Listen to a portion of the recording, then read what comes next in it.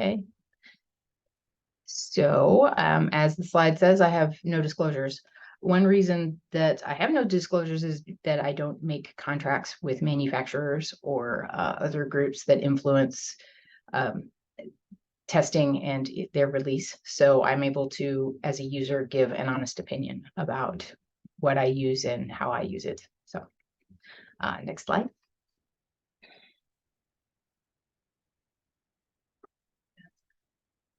All right, so we're going to talk about a few terms used in toxicology. Next, please. Okay, so some of the terms that I use link to the type of testing that are provided by the laboratory or in a clinical use setting.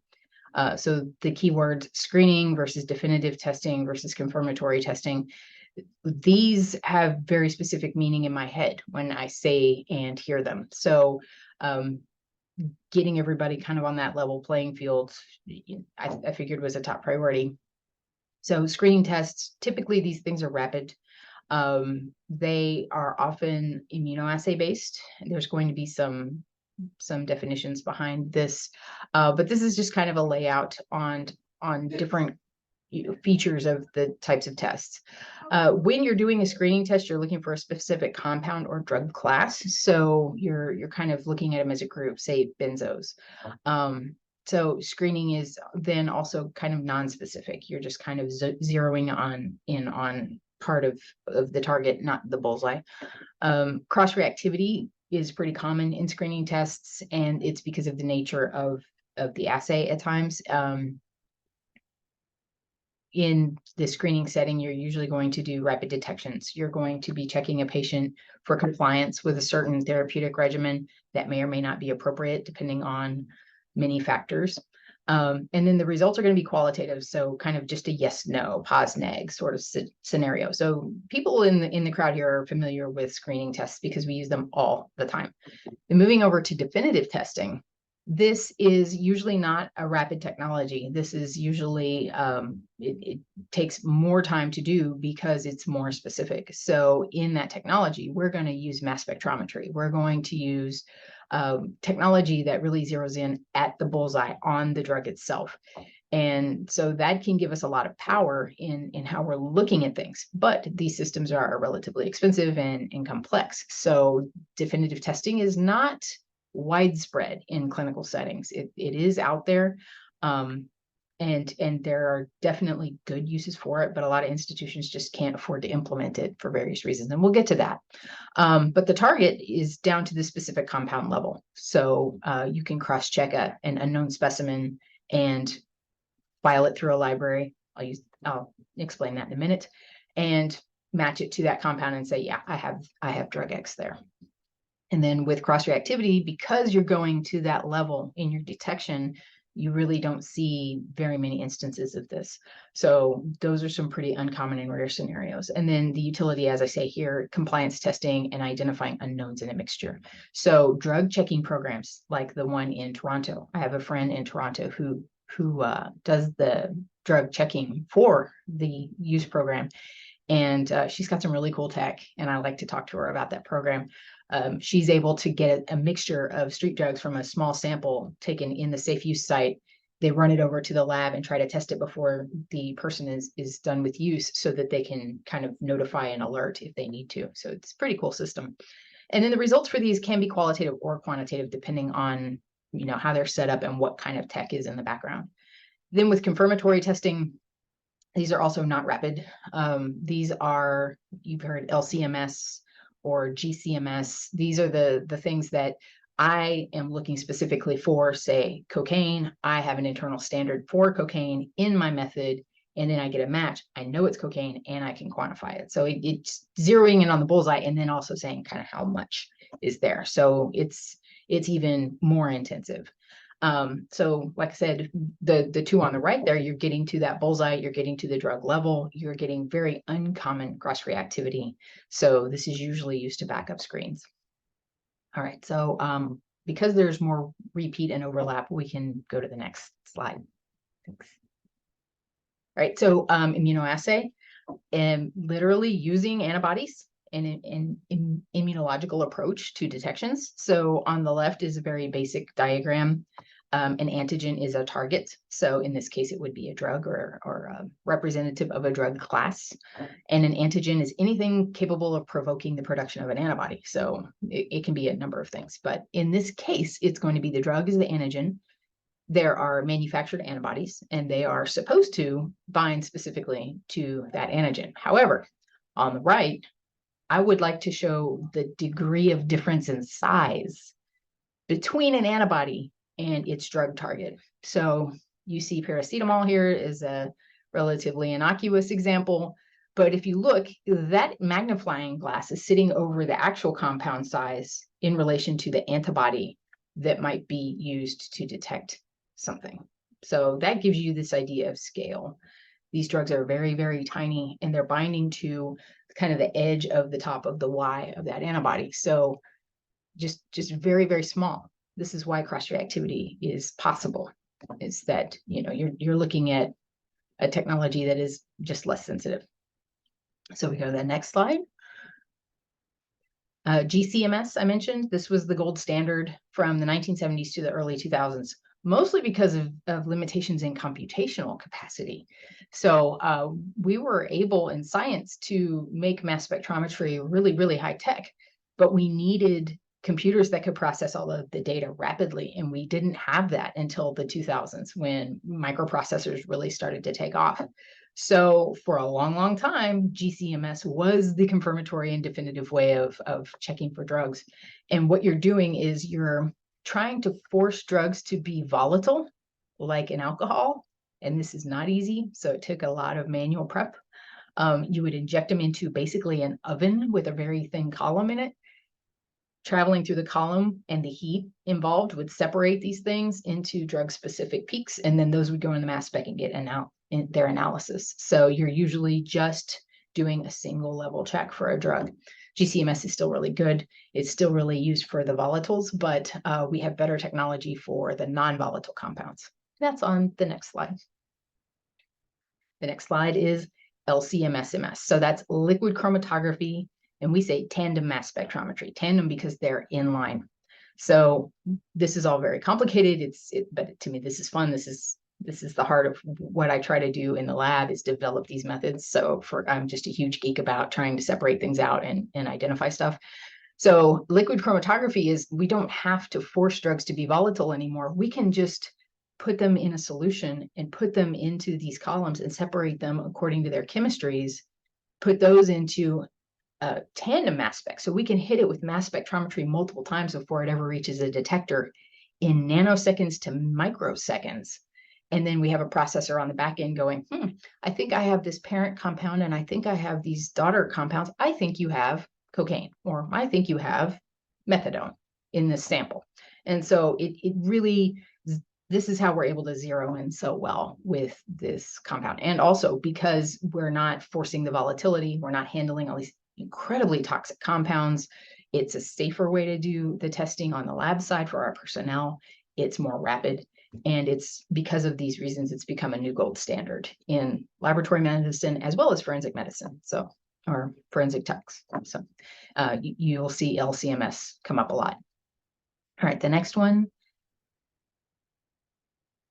is high-res mass spectrometry. And that is exactly what it sounds like. This is some really cool technology that I don't have my hands on. I would love to.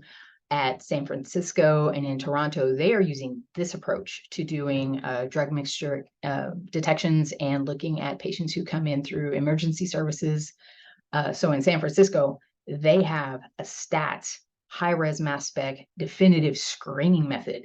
And so if you send urine into the lab from the emergency department, you get a call from the toxicologist and they tell you exactly what's present, which is magical and fancy and wonderful. I wish I had that. But in this one, what we do is just keep spinning the compounds through the mass spec until they hit the detector, and you can separate them out so well, you can get to isotopic levels, which is just crazy. So also drug checking programs for the government, when you get these drug bricks that are confiscated in raids and things, they can use high res to say where it was grown. That's how intensive this gets. So again, very interesting technology, just kind of an FYI. It's not like you're going to get quizzed on this stuff, but when we talk, we throw around these terms, it might be helpful to kind of have a picture in your mind of how intense it is. All right, next one. So library, I mentioned a library, and we do use toxicologic libraries and compound libraries in mass spectrometry, especially in the definitive and confirmatory kind of segments, right? So what this is a collection of files, data files. So we will have a laboratory somewhere that takes a standard of a drug. I know this is drug X, say carfentanil. I'm going to put it through my mass spec. I'm going to get a fingerprint of that molecule. I'm going to save that file. And then I'm going to use it in every sample that comes through the lab. I'm going to activate my library and see if I get a hit on carfentanil. That isn't present at my place. I don't have this tool. This is another one I would love to get there, but I don't have it right now. But what you end up doing is in those nanoseconds to microseconds, you have every compound that's present in that urine going through the library and getting hits. And the software is saying, I have a 99% certainty that that is drug X. So again, super cool. For the libraries have been used in forensic science for years. And you need to, because when you're looking in forensics and asking those questions, you're saying, I need to know about anything present in this patient, OTC, supplements, whatever. I need to know all the compounds. So you usually are not going to get quants on that. What you're going to do is identify what's present and then run a quantitative test after it. But these libraries are super helpful in the background. All right, next one. Term cross-reactivity, I used it a lot already. This cross-reactivity is what it sounds like. It is the ability of a compound to interact with an analytic system that maybe it's not intended for, or maybe it is, but we're talking about a degree of difference in how the compound interacts with the test. That sounds super complicated, but what we need to do when we're looking at cross-reactivity is work out if our screening test is positive because there's something from the drug class present, or there's something outside the drug class that is just kind of mucking around with the analytics and giving us some signal. So again, giant antibodies and these tiny little drugs, and they can sit there and bind, and depending on how well they bind, they may actually give you a false positive. So at the bottom, I have two concepts from immunology. They apply to this scenario. One is affinity. It is the likelihood of a drug to interact with an antibody or a compound. So it is, am I even close enough to get to that binding site on the antibody and interact with it? And if the likelihood is high, then that's high affinity. So it's going to want to go over there and bind, and it's going to want to make a connection. Then the second piece of it is avidity, and that is the strength of that handshake once it happens. So you can have high affinity and high avidity interaction. You can have a high affinity, low avidity reaction.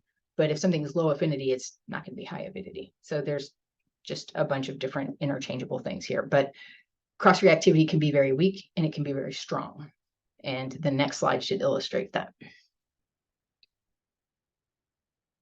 Okay, so using my techniques, my package inserts from my manufacturers, I have two examples here. On the left is a table from my opiates drug screen package insert. And it is a table that tells me how well like compounds, opiate-like compounds, are going to cross-react with that test. So if you look at the top, we have monoacetyl morphine. So we have the active compound in heroin at the top. The opiate screen cutoff is 300 nanograms per mil. It's calibrated against morphine. So morphine being the quintessential opiate that we're trying to find. Heroin, if it's present, will slightly come on as a positive a little bit sooner because you don't need as much presence to give you that positive result. Codeine's even better. At 180 nanograms per mil, it can give you a positive on a 300 screen. So that's a very high affinity and probably a pretty high avidity interaction. Okay. Go to the next compound, though, dihydrocodeine, you need 650 nanograms per mil. So over twice the cutoff has to be present before you'll ever get a positive result on the OP. So it's a weak interaction with the antibody, and it takes a lot more effort to get a positive result. So going down the list here, there are some other compounds, but interestingly, look at oxycodone and oxymorphone. To get a positive result from oxy in an opiate screen, you need 10,500 nanograms per mil. So now you're in microgram territory. That's very high oxycodone. And oxymorphone is 40,000. This is poor cross-reactivity, very poor. So this is exactly why we have an oxycodone separate screen in our panel, so that we can zero in on oxy at a 100 cutoff instead of forcing this much to be present before we ever can see it. So I hope that makes sense. Then on the right side, there's fentanyl. Fentanyl is the lowest cutoff drug screen we have at 1 nanogram per mil. So it's, look at that, a 0.3%. Or 2 orders of magnitude difference in cutoffs between fentanyl and OP. So fen, we have to be super sensitive. Much lower amounts of fentanyl are going to cause toxicity. We needed to look at it at a lower level. Fentanyl is the calibrator. So if it's present at 1 nanogram per mil, it's going to give you a positive result. But if you start going down the table and you start looking at either other opioids or other compounds in other classes, what you'll see very quickly is that there's really poor cross-reactivity between the fentanyl assay and hydrocodone, doxepin, all of these things. Problem is that there are some outside compounds not tested here that do cross-react with the fentanyl test. And we wouldn't know that looking at the package insert. We don't know from this package insert that beta blockers interact with the fentanyl test, but they do. Antihistamines do interact with the fentanyl test. So there's a lot that goes on in the background with these, and the manufacturers are supposed to classify this as best they can, but they often don't have complete information for us in the lab. We always have to ask a lot of questions and do a lot of chart reviews. So next slide. All right, so then the examples. Taking these concepts, screening versus definitive versus confirmatory, the technology that I told you about, cross-reactivity and other terms that I talked about. Here's some examples of how some stuff can surprise you in laboratory results that you get when you do some screening tests and then do more investigation. So if you've got a codeine positive, it's actually present in your specimen, the urine, say. Your immunoassay-based screening test is going to say it's an opiate positive test. That's all you know, is there's some kind of opiate present. When we reflex it to say my opioid confirmatory in the back room, we can say we found codeine because we're looking for it, and we can tell you how much is present because we have a standard and a curve and all this calibration, and we can say that that 432 is there. But if we had only used definitive technology, we would only be able to say, I found codeine for you, and not give you a quant. So depending on what you need clinically, one or the other may be more helpful.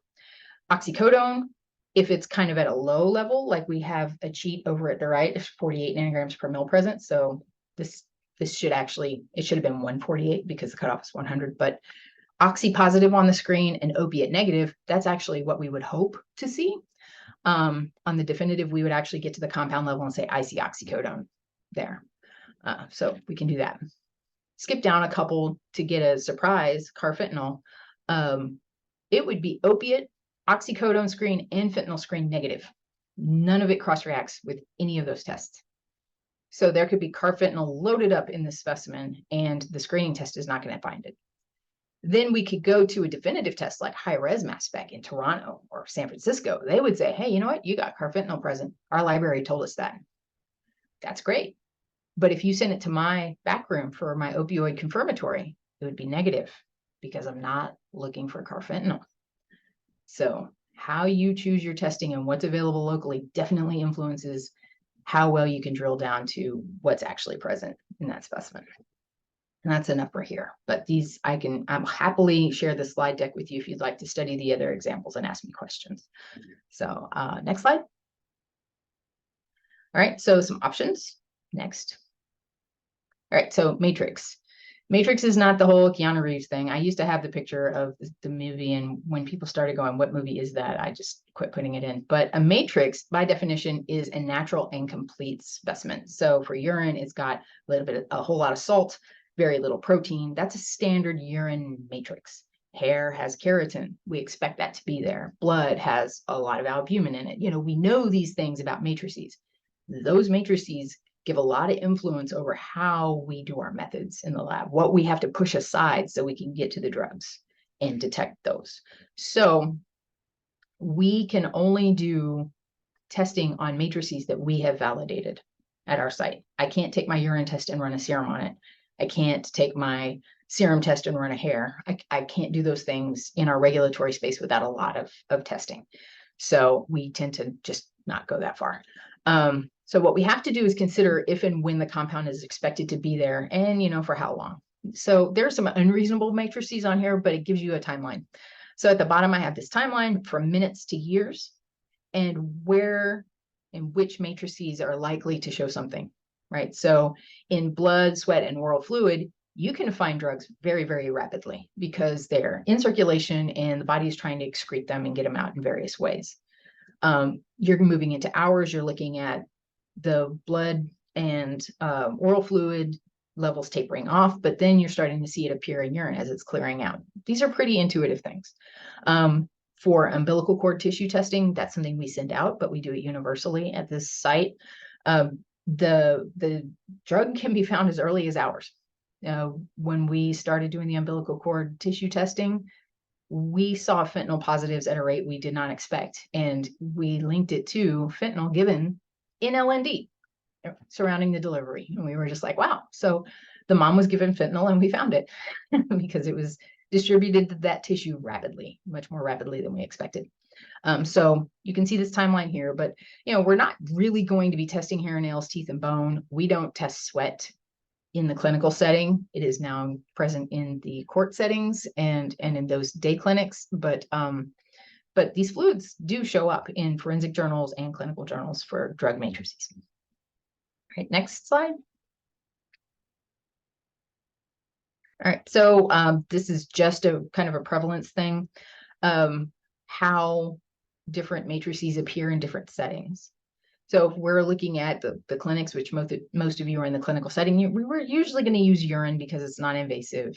It's a bit passive, and it at least leads to a conversation if something was detected. It gives you a framework of a few days, so the patient doesn't have to be acutely intoxicated for you to detect some recent use. So it's very convenient, and it can give you some information, which is good. Urine is very popular for this reason in many different settings, as you see. The 1+ and the plus in parentheses, these are less common presences. I don't have any oral fluid testing yet through my laboratory. We're working right now with a couple of clinics on looking at oral fluid collections and how they may need to be routed if we're going to go that direction because they are convenient. And then only certain drugs are really something you want to look for in blood, but those are definitely around for the appropriate tests. So, all right, next slide, please. All right, so I'm going to lead with the question we cannot answer for you. And I've gotten the question multiple times in the career, so I've decided to kind of address this in talks about test interpretation. What dose did the patient take? We can't know that in the laboratory. There are too many things: clearance, route, formulation, dose and timing together. There's so many things that influence that kinetic and that dynamic that we can't zero in on that. So we're better at, like I said on the right, the magic 8-ball responses. We're pretty certain that there's a drug here. we're pretty sure they took that. That we're better at that stuff. So next slide. Some other questions that arise. Is drug X present? Totally bread and butter work for us. That's screening activity and targeted testing. So is drug X present is when you order a phenytoin on a patient who's supposed to be on phenytoin. That's targeted. And we can definitely tell you that, and we can even quantify that for you. But is the patient who I prescribed oxy taking the oxy? Yeah, we can tell if it's there. What drugs are present? That's the screening. So you're saying in general out there, what am I looking at in this ED picture? That's screening technology. We're used to doing that in the laboratory very well. And this has also made it into the clinic setting in cup-based testing. Next question, how much of it is present? Again, in urine, never use the number to try to back calculate to a dose. If I tell you that the urine oxy is 42, it's a low positive. That's the best we can say. That maybe the use was several days ago and they're tapering down. You would actually need multiple points to try to plot that out and figure out what's going on with it. So definitely don't ask the how much question in urine. In serum and plasma, we have tests that are tooled for that. I go back to phenytoin for toxicity workups. If a patient's on phenytoin and they're coming in with some signs, we can say, oh, the total phenytoin is this, but the free is really high. Probably need to look at that. And then the other one, when did the patient take the drug? Can't tell you that precisely. We can say in a framework using the matrices kind of diagram that I showed you before. Oh, it's in urine. Patient took the drug within the last 3 or 4 days. We know that. And if it's a super high concentration, it may take a little bit more time to clear out because of half-lives. But we can kind of have that discussion as they arise. Next question, next slide. So turnaround, I say turnaround a lot. That is the time it takes to do the entire process from collection all the way through reporting and getting the report to the provider. So turnaround can be super fast. In the clinic setting, if you're using a cup-based test, the turnaround is minutes because you're actually looking at the cup and you see the results develop. Turnaround in my 24/7 lab is hours from the time of collection to reporting. Within the lab, it's about 1 hour from receive in lab to results. So it's always, if you say, why is this taking so long? I'll say, well, let's talk about the process and figure out where the things are in the process that are hanging up the specimen. If it's got to go with a courier and go 150 miles to the lab and then be tested, it's going to add time. So, and then specialty testing, we use NMS laboratories outside of Philadelphia, for example. It's one of the labs we have a contract with, but specimens got to get to Philly, then be extracted and then tested. So it can take days. And then depending on what type of testing is needed, we've had a specimen that they've been checking in with me weekly for months about results because they've had to keep diluting it to get to a number or something like that. So turnaround can be highly variable. Next slide. So again, this depends on workflow. I always use this example and I always call that workflow. Rapid testing is what we call a single piece workflow. So it's like your Subway sandwich. You want this order, you get that thing. And we don't do extra. We just give you that one thing. And if you want something else, then we add that and we do that. So it helps keep our work, what we call lean. It sends everything through a specific process to make it fast as possible, but also as reliable as possible. Routine testing and what we do after that is often batched. So I always say, you don't want to make an entire single chocolate chip cookie from scratch. You're not going to go over to make just this tiny single cookie. You're going to say, would I like chocolate chip cookies? Yeah, I think I'll make a batch of those. It's because the energy that you have to invest in making those, it's worth more. So what we do is group like tests together, run them in a batch because it's more efficient. So I have this link here. Like I said, if you get the slides and you want to look at the video, there's a little thing about workflow and it kind of explains this, but anyway, I thought it might be fun. Next slide. So then the single piece workflows, point of care testing, anything stat or routine in my 24/7 side of the laboratory. Batch workflows are going to be confirmatory tests and anything sent to a reference laboratory. Right. Next slide. Availability. So in the labs for screening, for a lot of the work we're doing in that capacity to give you general information, we're depending on manufacturer-based FDA-approved reagents. So juice that comes to us prepackaged, we check it, we make sure it's working, and we use that. In a regulatory environment like ours, that is the best way to get a test to users that is on the fast side, but manufacturers are not quick to make new reagents. So the new tests coming out, the newer fentanyl analogs and stuff, you're not going to see rapid response from manufacturers because they've got to go through a multi-million-dollar development and the FDA review. It can take years to make a test work. So we rely on kind of older testing in that setting. And then if we need a test and there isn't an approved one, we make one. It's called lab developed testing, and that's from the ground up. That's the fun stuff that I was talking about earlier in the back room with mass spec. And that can take us a year or two on our own to develop. And we're in a really tightly regulated environment where we have to show our data to inspectors and, we got to share that. So we have to be really careful and make sure that we have the appropriate training levels and equipment and infrastructure to provide that for you. So not all laboratories have what we do. We're really lucky in our size and location to have a laboratory that's had the investment that we have. So a lot of places are sending all their confirmatory testing out to reference labs. It takes days and it costs millions of dollars a year to have that kind of program. It just depends on where the money goes. So next slide. And then this I've already covered in various ways. We're going to skip this and move to the next slide. All right. And the next one. Okay. So the anatomy of a screening result. This is like, we're trying to get to drug screen interpretation. That's what this thing is about. But we had to build in a lot of concepts to get to this point. So when we have a screening result, I've already told you these are typically qualitative. So we're going to have a presumptive negative or positive result. I think you have an opioid on board. It's a presumptive positive. So some of the verbiage may be detected or not detected, or present, not present, but it's about the same thing. It's still presumptive. And by our regs, we are told by the people inspecting us, you have to, in your comments, say what your cutoff is. You have to say that the results are presumptive unless they're definitive, and that confirmatory testing may be indicated. All of this is stuff we have to do. And then we provide any additional information that might be useful for interpretation. So in examples on the next slide. Yeah, so we had a tramadol screening, or we still have a tramadol screening test. It's just not very popular at all. But so you see the value is positive. It's just a positive result. That's presumptive. You notice below it a comment that says this is for medical use only.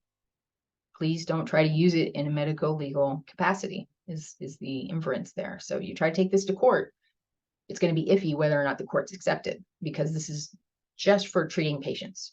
Positive results are presumptive, consider definitive testing. So we're giving those suggestions, and we even say our decision level is 200 for that tramadol. Below it is fentanyl, and I've even added in comments that we have labetalol and other beta blockers yielding false positive results. So we're kind of putting a caution and a highlight around that. If you got a patient on a beta blocker, this could be a false positive. We say that from the beginning because we know that happens. And when I pulled this result out of Epic, check the chart, the meds list patients on metoprolol. So I grabbed the first example I grabbed was a false positive from a beta blocker. Caveat of screening. Next slide, please.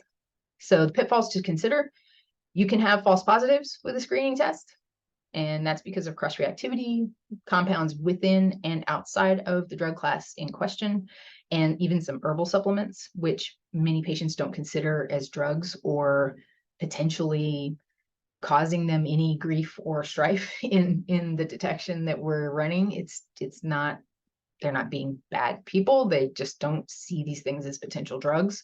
So often there's hidden information that's in the specimen, but not in the chart. And then false negatives are also possible. Bad news, right? If you've got a patient who's on a prescription for a low dose, long interval, say a benzo that's just very low dose, they're on the minimum and they're stretching it out and they're taking it as needed, even if they're not supposed to, it'll be there. It'll just be well below cutoff and we won't detect it on a screening test. Sometimes we won't even detect it on a confirmatory test because it's so low. So that can be problems. Specimen is dilute or diluted. So we include a creatinine in a lab-based test to tell you how dilute the specimen is. We do that for this reason. So if you get a negative and you're like, I'm expecting this to be positive, oh wait, the creatinine's 10, it's supposed to be above 30. Probably this is overly dilute and I need to have a discussion with the patient about what happened to that specimen. And then if you have a drug present, as in the dihydrocodeine example early on in the talk, it would need to be present at much higher concentrations to ever give you a positive. So sometimes you have the drug present, it's just not capable of giving you a result at that cutoff. So these are things to think about. And I always say, when I come in, I should just start with, I have some bad news for you, because there's just so many of these aspects of screening that are more warnings than great things. But next slide. All right, so I wanted to give you a picture of what we see in the laboratory when we run an opiate confirmatory test. This is our entire panel. We run the whole panel on everybody. And then depending on what the question is there fentanyl present? Is it everything? We report back appropriately. So in this example, I'm calling out, we do something at WVU Ruby that so far nobody in the industry is doing. We give a drug signature. We say, okay, I've got noroxycodone, oxycodone, and oxymorphone present in high concentrations here. The patient did not take oxymorphone and oxycodone. Oxymorphone is a primary metabolite of oxycodone. So we give you the signature. We say, nah, it looks like oxy's on board, because we don't want to have a discussion that might get pretty tense about potentially also taking oxymorphone if the patient is not doing that.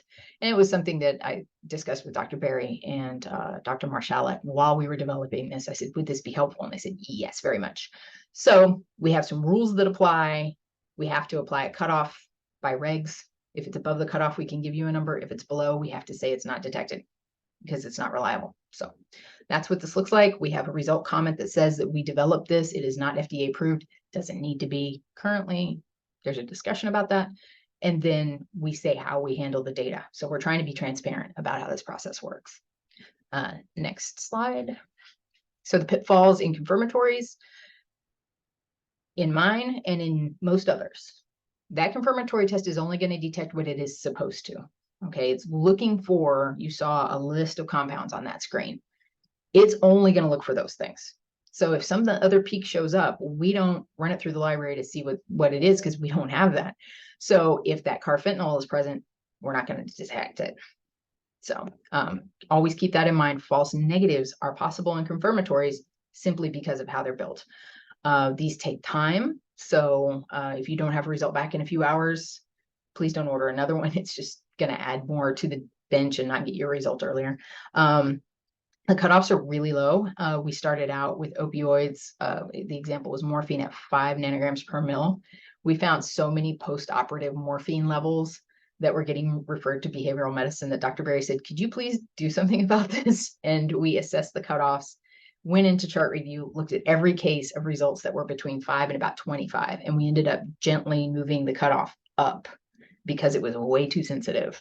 So dialogues with clinicians really help us zero in on those kinds of things. Next slide. Finally, what labs can and cannot do. We happily do the things on the left.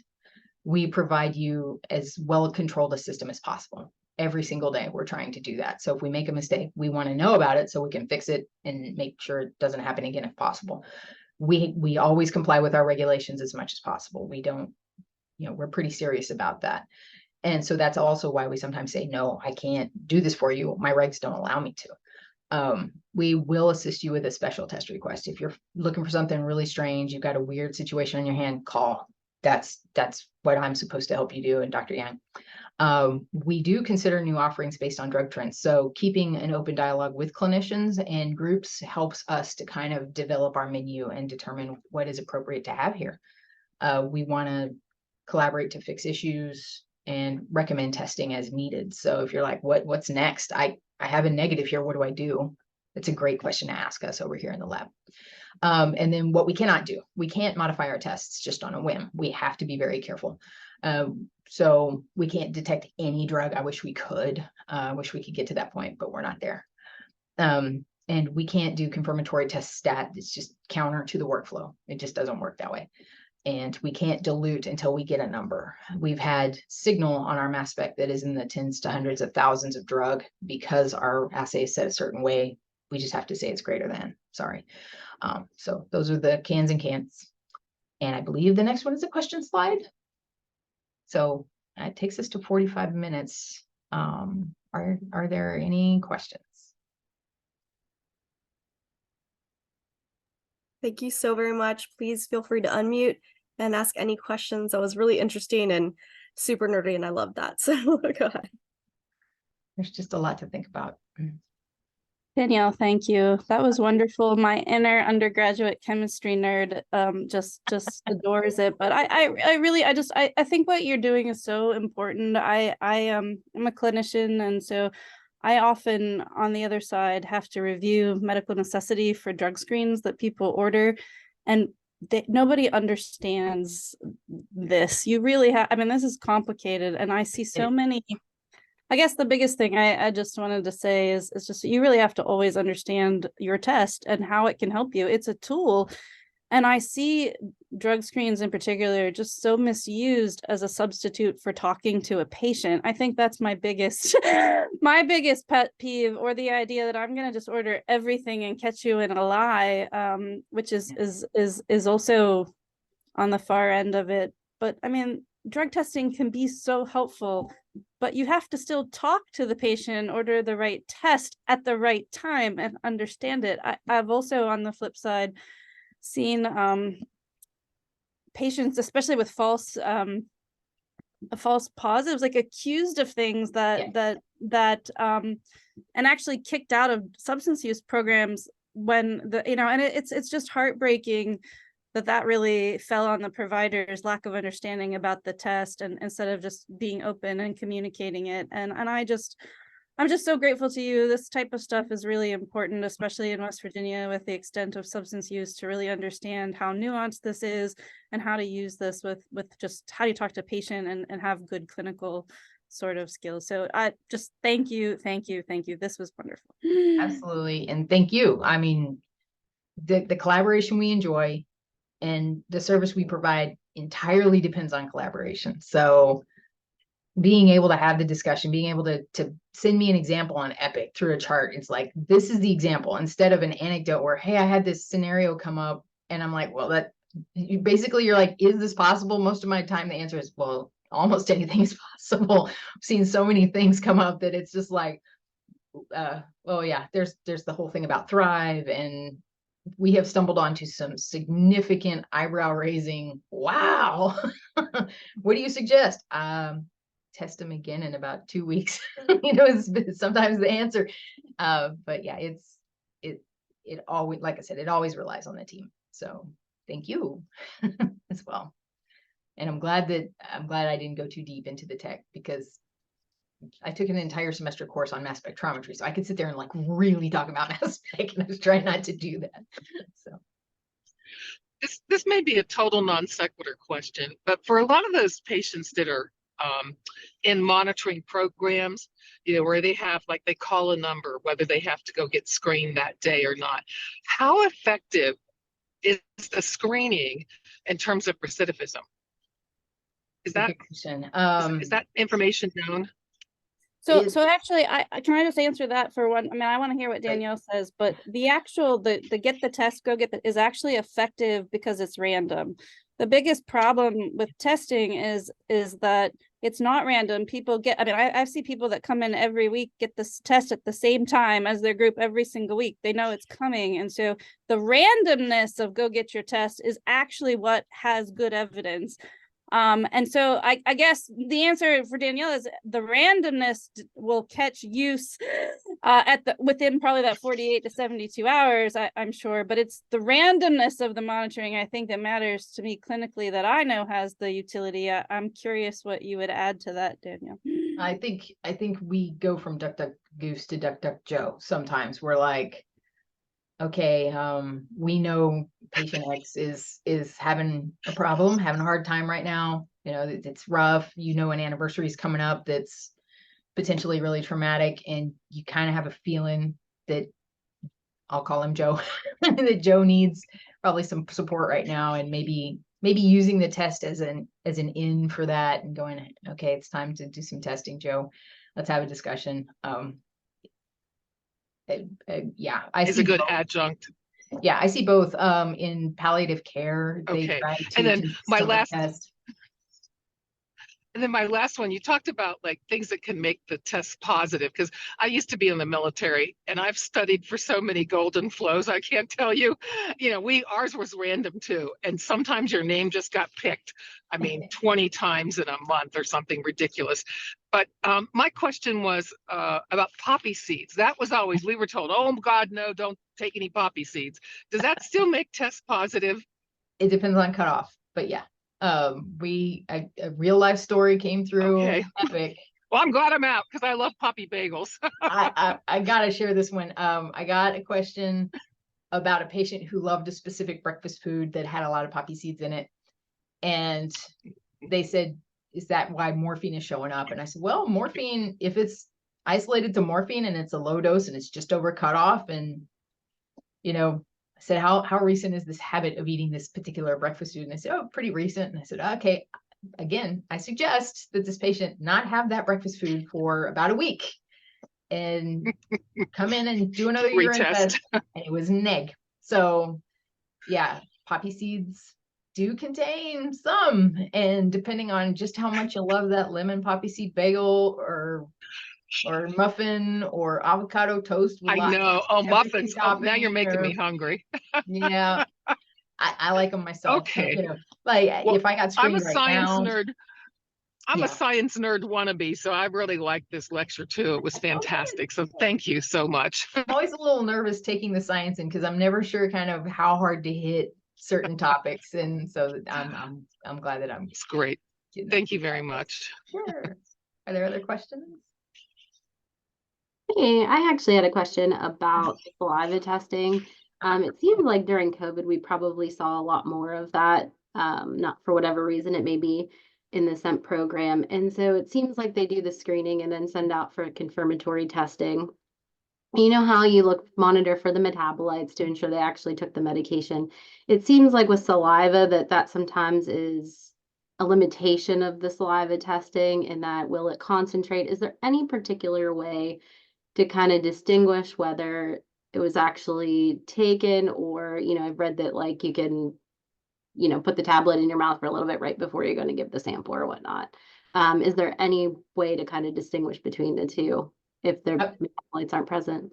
It often has to do with the amount present. So, if we're talking about substituted compliance, which we see a lot in urine, right? People who are film dipping or anything into their urine, we see, and we can say, we think that this is suspicious because we look for parent versus metabolite at any time we have those possibilities.